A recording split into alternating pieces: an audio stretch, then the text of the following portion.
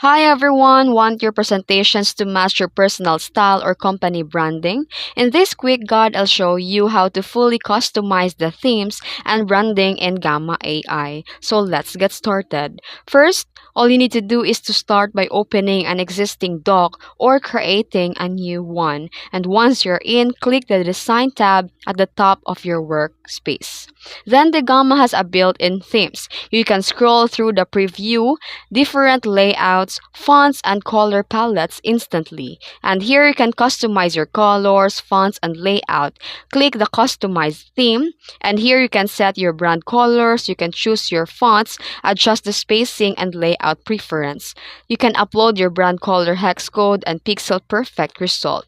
Then, under the branding section, you can upload also the logos, icons, or backgrounds. And if you want consistency, set your theme as default for all the future presentations. Just click the Set as Default under the theme settings. And just like that, your Gamma presentations now reflect your style and your brand. Professional, clean, and effortlessly you.